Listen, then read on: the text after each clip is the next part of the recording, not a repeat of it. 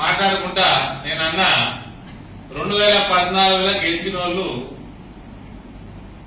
కాంగ్రెస్ లోకి పోయి అప్పుడు 1/3 వేరు 1/3 అంటే 33% గెలిచిన దాంట్లో 33% పీకింది.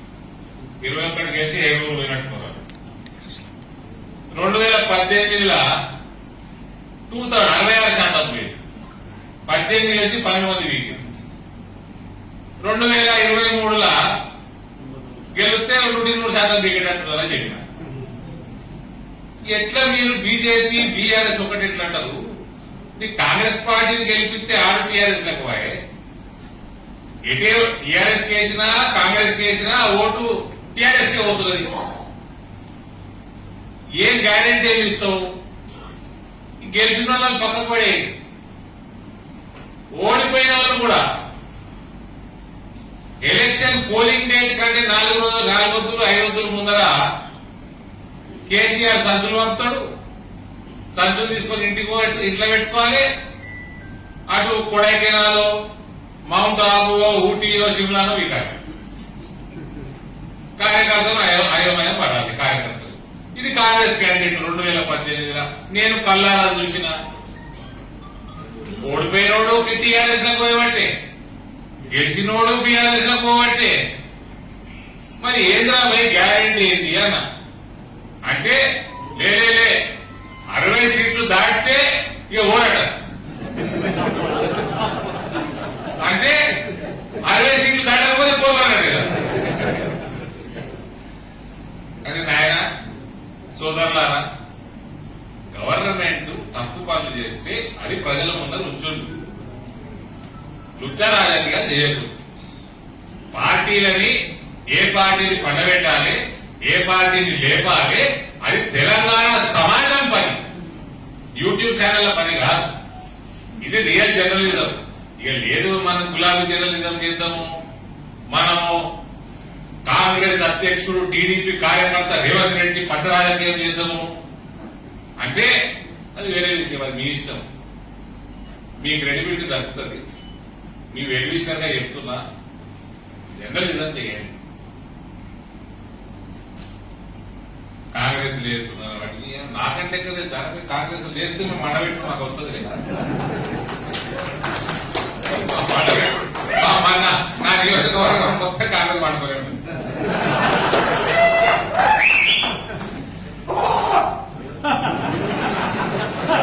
కాంగ్రెస్ అంటే ఒకప్పుడు కాంగ్రెసే కదా. మా నాయన స్పీచ్ నందుకు బాలరావు, మా నాయన బాలరావు గట్టివాళ్ళు బిజినెస్ వాళ్ళు.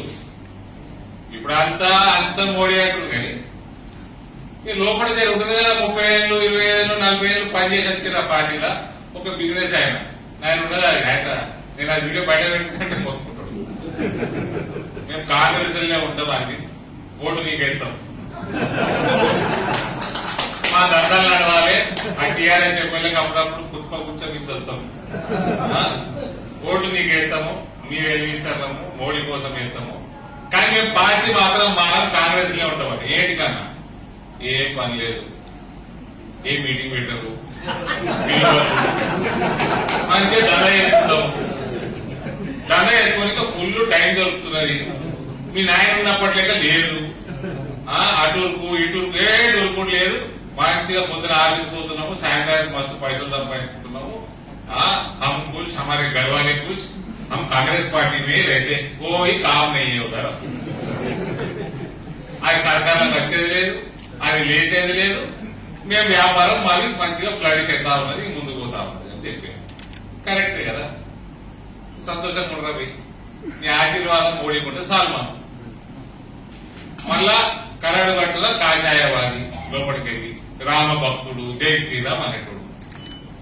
ఎటు చూసినా ఏం చూసినా సమాజం మొత్తం నరేంద్ర మోడీ చుట్టే తిరుగుతున్నది. అటువంటి నరేంద్ర మోడీ గారు మన దగ్గరకు వచ్చేటప్పుడు, మన కడప మన ఇంట్లోకి వచ్చేటప్పుడు ఆ సభని భారీ ఎత్తున విజయవంతం చేయడం మన అందరికీ బాధ్యత. కాబట్టి గంగన్న టార్గెట్ ఇచ్చిండ్రు, కన్వీనర్ గారు ఇచ్చిండ్రు, శ్రీధర్ గారు ఇచ్చిండ్రు. టార్గెట్లు బాధ్యులకు మీ గల్లీ మీకు తెలుసు, మీ గ్రామం మీకు తెలుసు, ఎందరు కార్యకర్తలు తెలుసు. ప్రతి బూత్కి వెళ్ళి మనం కార్యకర్తలను తరలించాలి. బూత్కి కార్యకర్తలు తరలించాలి. ఇళ్ళకి ఇలా చుట్టూ చూసుకొని నాలుగు అయిపోవాలి.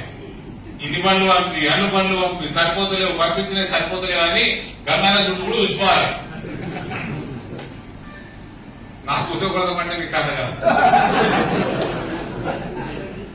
కాబట్టి అట్లా మనం మోడీ గారి కోసం పనిచేయాలి. అవునా కదా? అది ఇక మాట్లాడుకుంటా పెద్ద మనిషి ఎవరో మరి స్పైస్ బోర్డు గురించి నేను పెద్ద మనిషి అన్నాడు స్పైస్ బోర్డు గురించి. స్పైస్ బోర్డు తెచ్చిన నిజామాబాద్ అప్పుడు తెచ్చినప్పుడు ఈడ మీ బిల్లా రంగా ఇద్దరు అయిపోయలేదు.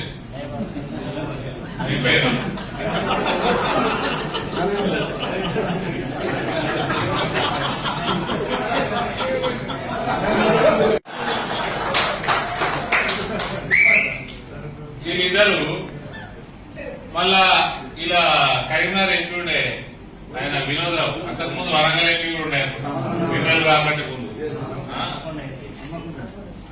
ఎంపీ ఉండే. సో వీళ్ళు మాట్లాడుకుంటా అరవింద్ వరంగల్ స్పైస్ బోర్డు తీసుకుపోయి పెడతారు.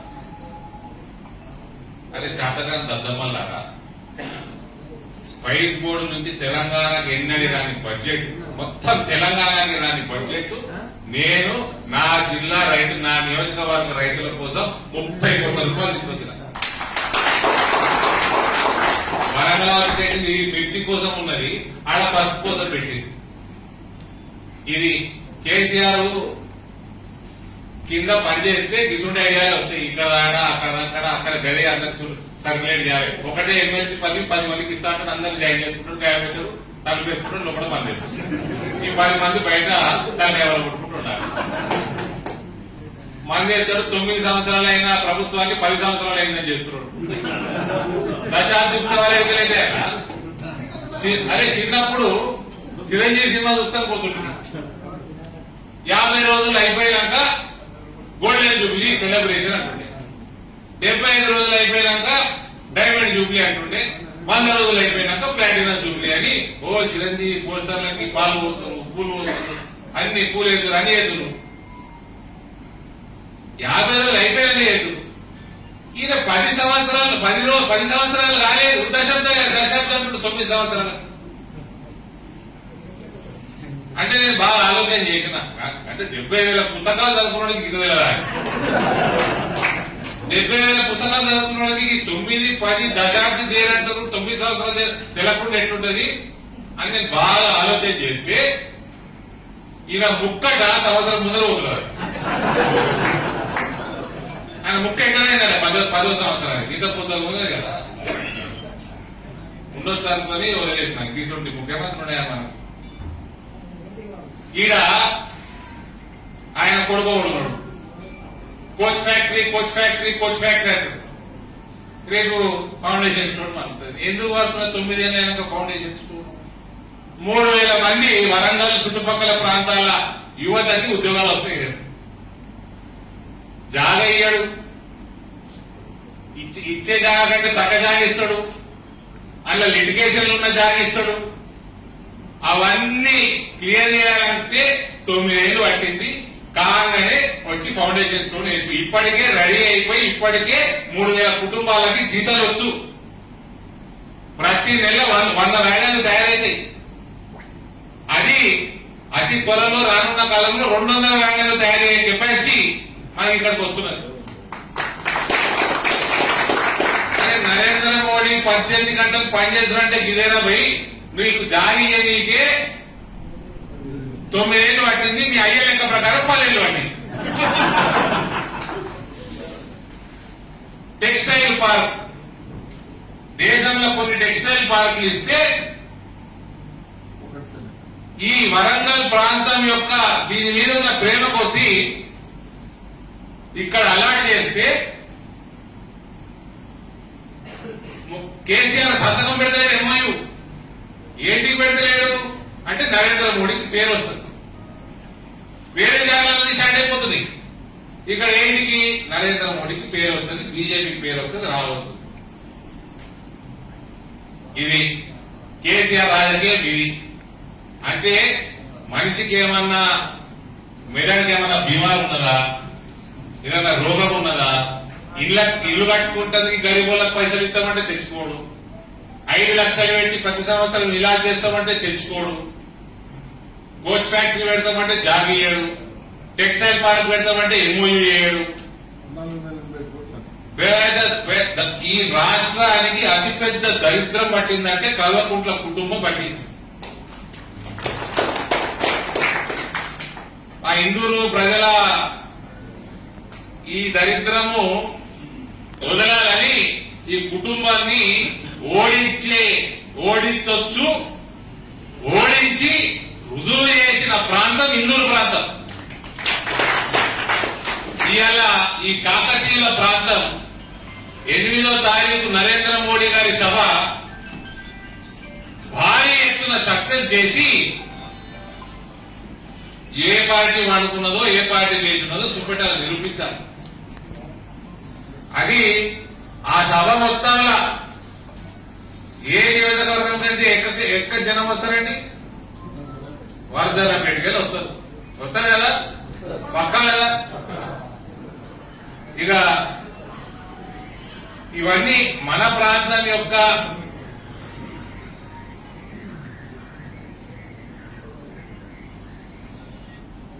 సమస్యలు, డెవలప్మెంట్ యాక్టివిటీస్. రేపు 1000 కోట్ల హైవేలు కూడా ఈ నుంచి ఇనాగ్రేట్ చేస్తుంది తెలంగాణ హైవేలని. ఇంకా మంచి కార్యక్రమం మోదీ గారు వరంగల్ ప్రాంతానికి ఇచ్చినందుకు ఆయనకు ధన్యవాదాలు తెలియజేస్తూ, కొందరు ఇలా యాక్సిడెంట్ అయినట్టు మంచి బ్రహ్మాండమైన ప్రిపరేటరీ మీటింగ్ బ్రహ్మాండమైన సంఖ్య వచ్చింది. నాకైతే ఫుల్ కాన్ఫిడెన్స్ ఉంది. వాగ్దానం పెట్టుకెళ్లి భారీ ఎత్తున ప్రజలు తరలి వస్తారు, కార్యకర్తలు తరలి వస్తారని. ఎవరెవరైతే యాక్సిడెంట్ టైంలో దయచేసి రేపటి మీటింగ్ కి కన్నా ఎప్పుడు పెట్టినా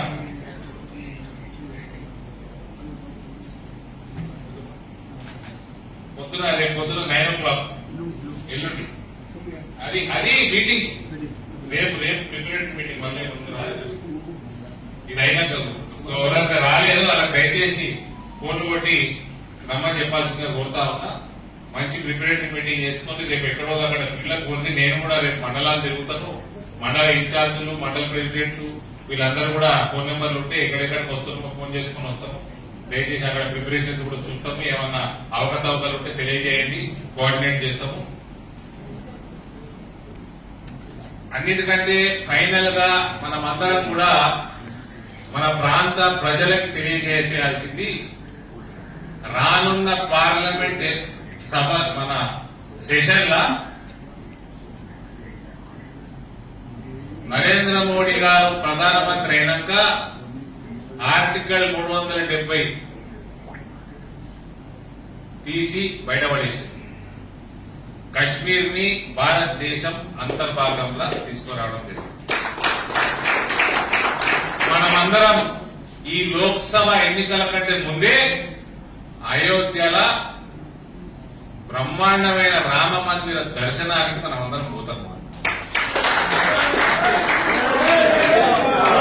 ఎప్పుడో మనకి స్వాతంత్రం వచ్చినప్పటి నుంచి హిందువుల మీద అఘాయిత్యాలు జరుగుతా ఉంటే పాకిస్తాన్, బంగ్లాదేశ్, ఆఫ్ఘనిస్తాన్ ఇటువంటి జాగాలలో వాళ్ళందరికీ కూడా పౌరసత్వం ఇచ్చే సిఏఏ తీసుకురావడం జరిగింది. రేపో మాపో ఎన్ఆర్సీ తీసుకురావడం జరుగుతుంది. ఇటువంటి 75 సంవత్సరాల నుంచి పెండింగ్ ఉన్న బిల్స్ గాని పనులు గాని ఇవన్నీ అయిపోతున్నాయి. ఇవన్నిటికీ ధీటుగా యూనిఫామ్ సివిల్ కోడ్ బిల్లు కూడా రేపు జూలై 20 నాడు ప్రారంభమయ్యే లోక్సభ సెషన్ లా టేబుల్ అవుతున్నట్టు సమాచారం ఉంది. కాబట్టి ఇటువంటి నాయకుడు నా భూతో నా భవిష్యత్, ఆయనకు మనం మద్దతు ఇవ్వాలి.